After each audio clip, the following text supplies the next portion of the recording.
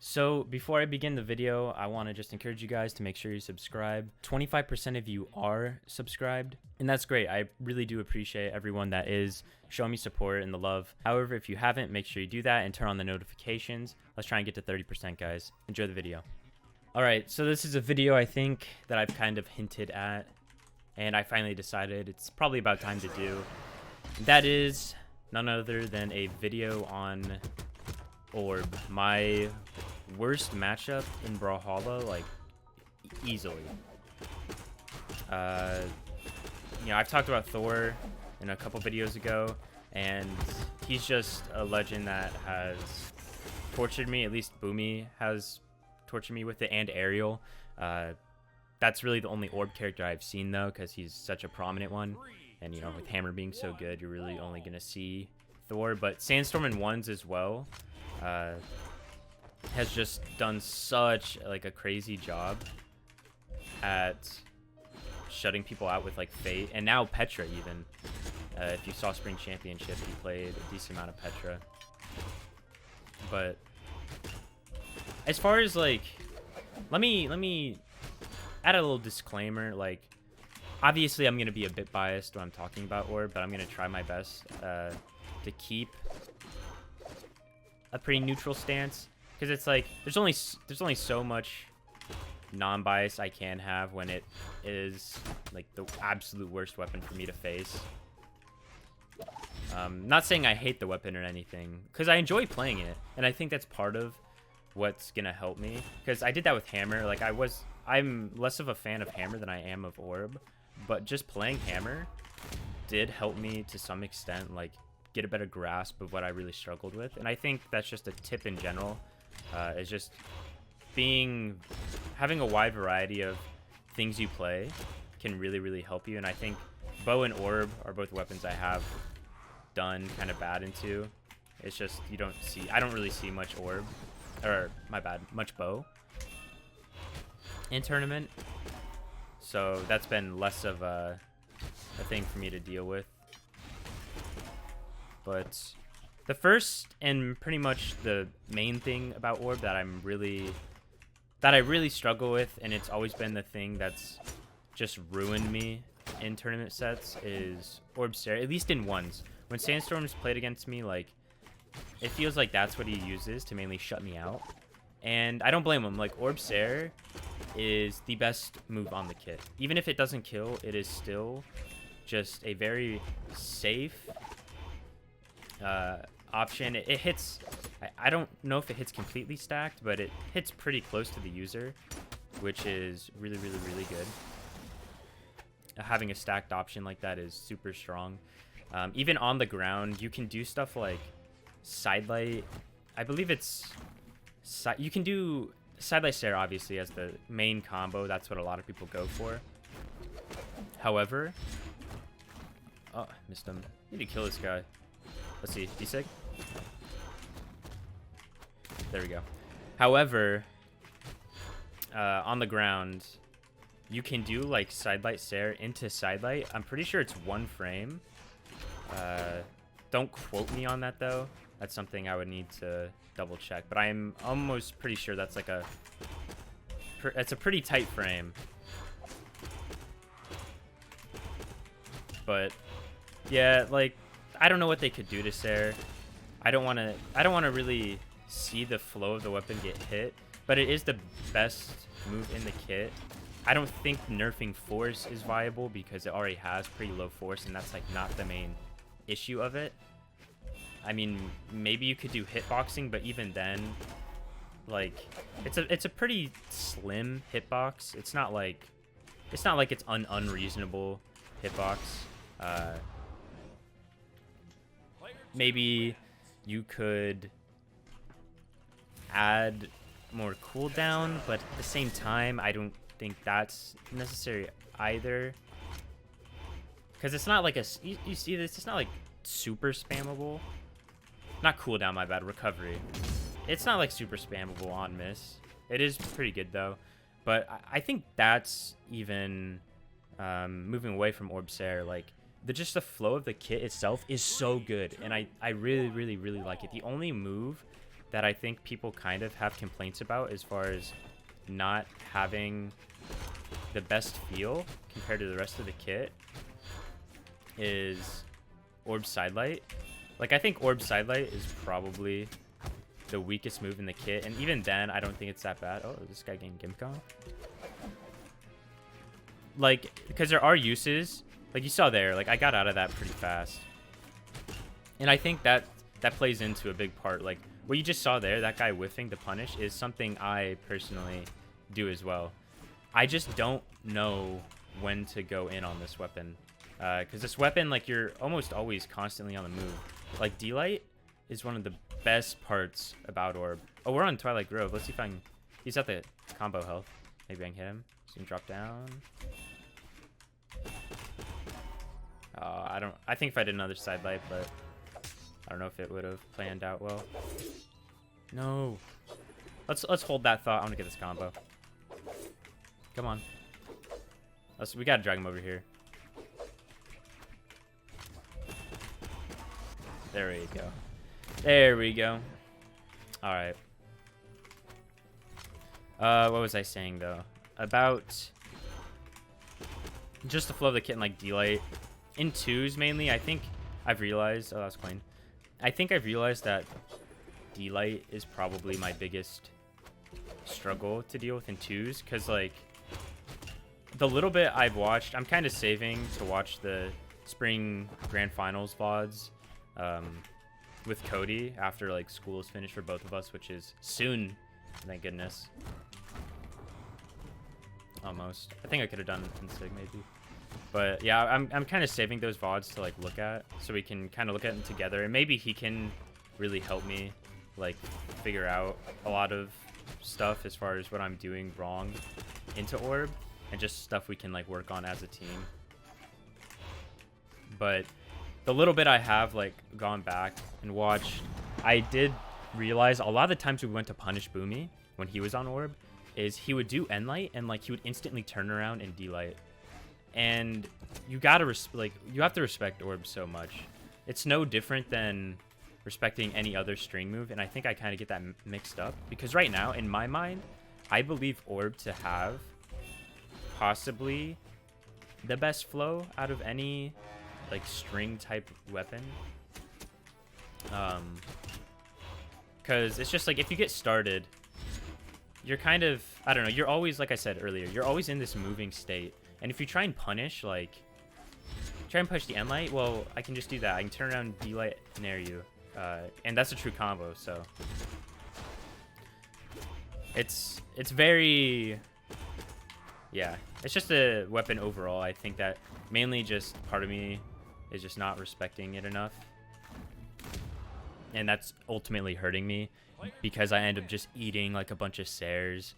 Or I go to punish to like help my teammate.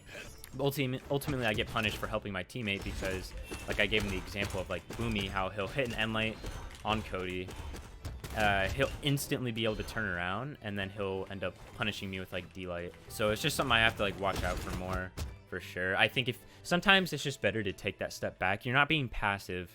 You're just understanding that you're being, even if someone wants to call that passive, it's just the smart decision in a lot of cases, because you're otherwise going to look stupid just running in at your opponent every time right as soon as they miss, even though you know that they have a possible, well, almost, I would say, a guaranteed punish on you. All right. Oh, is he going to... I thought he was going to N-Sig me. I think N-Sig might have been better, if I'm being honest. Oof. Dare. Another move I want to cover is Dare. I don't know how I feel about it. I've heard some complaints from people about Dare, like being too good, and also just like I think not feeling like the best move. Not literally, but like it just doesn't feel that good to use. And I kind of get where they're coming from, but you also keep so much movement when you use it, and you also have like the wall version which I think the wall version in particular is kind of Oh, nice. It's kind of overbearing. Like, it hits... There's a reason, like, they removed it from bow. Now, bows probably was a lot more of an extreme case, to where there was a lot bigger of a splash and a lot easier to like, execute. But I also just don't like the idea of smashing your face, you know, into the wall or ground. And in a sense, in a lot of I don't want to say in a lot of cases, but in some cases, like, people just accidentally getting rewarded for stuff, you know, for the variation of the move that they didn't actually mean to do. But that's just kind of what comes with having different variations of certain moves, like Axe Dare, for example. Like, someone might not mean to do the grounded version, but that's just what happens sometimes, and I get that. Side Sig? I need to save. I was just about to talk about like Fate Sigs, but this is about Orb. It's not about signatures of any specific character, but maybe I'll do a video. I still have not gotten that Hattori skin. I've told myself like 3 years in a row I'm gonna get it, and I haven't. Which I don't know if that's me showing restraint or me just disappointing myself. I'll give him... Let's get in here, get a taunt. There you go. Alright. So we've covered a lot of Orb's kit and my struggles just with the weapon. Next up on the list...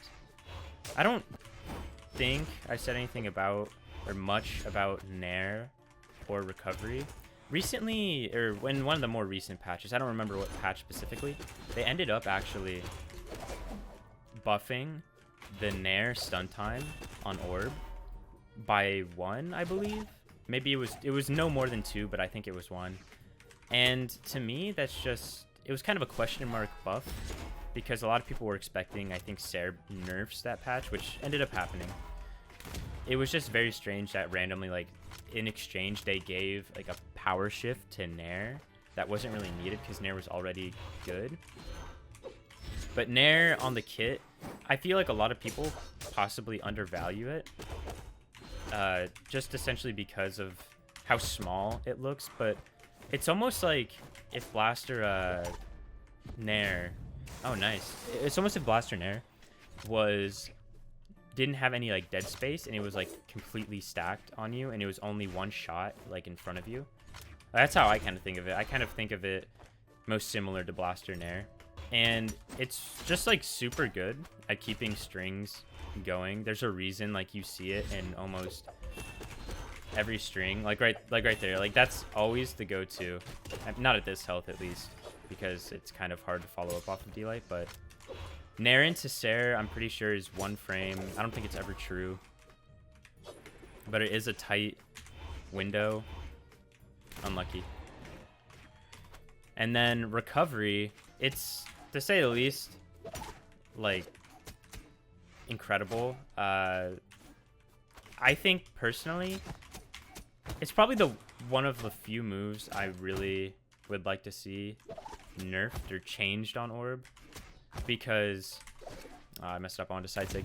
Because the thing with that move, it's like Orb recovery, it's similar to Gauntlet recovery, where it has force fall off the later you hit it. The big thing with it is that I don't even think it's necessarily the force. I think the force is probably fine on it. However, I would almost say, like, for me, I am not a fan of the hitboxing of it, because there's been cases where I've lost, unfortunately, I've lost like important sets because I shouldn't say important sets. I've lost, I think it was CEO Dreamland 2v2. Me and Remy got in a 2v1 against Pugsy, and what ended up happening, the way I died was Pugsy did an exhausted Orb recovery, and the Orb recovery, like, here's what exhausted looks like, right? So it's like it stays in one place, so there's not much movement, but the hitboxing, it hits really, really, really generously behind. To me, that is the main problem. It's not necessarily the force or anything. It's just the overall hitboxing, and like, should it really be hitting where it ends up, like, hitting me? That also could just be some bias inside me. I mean, it's not necessarily like off from the animation as far as the hitboxing goes. It just feels, I don't know, it can feel cheap at times, but I definitely obviously hold some like animosity towards it, since it did like it did cost me in an important situation. Overall though, Orb it's just a solid weapon. I think it can work for like anyone's playstyle. If you're someone who's patient and likes to play more defensively, I know at least last year a lot of like the Orb playstyle, at least what I heard, I'm pretty sure in EU. If I'm wrong, well, I'm wrong, I guess. But I thought I heard from someone, they said like in EU, a lot of the playstyle was like walling out with Dare. And that even was how like Sandstorm, because last year Sandstorm was really the only like, I guess, aside from Boomy in 2s, Sandstorm was the only top player I think really utilizing Orb. And he was using Dare to like really wall out people. Boomy was, I don't know, Boomy was a little different from Sandstorm in playstyle. But yeah, I remember Sandstorm ended up like, he would use Dare like all the time. This guy is wondering what the heck I'm doing. Dodgeball. Nice. But yeah, like there was the Dare playstyle, and then there was also people like who really like to go in, which is just as viable. It's just, you know, the moves you use are obviously going to vary. If you're playing defensively, you're going to use a lot of Dare, Sair. If you're playing offensively, probably going to use a lot of Sair, but you're also going to be running in using D-Light, Sidelight. You know, there's probably a lot more of the kit that's involved, but Orb's a good weapon. It's just something I struggle with, and hopefully I figure out why before Combo Breaker Online. But that's the video, guys. I hope you enjoyed, and I hopefully made some valid points and some things you agree with. But if you didn't agree, let me know in the comments down below what you think, and I'll see you in the next one.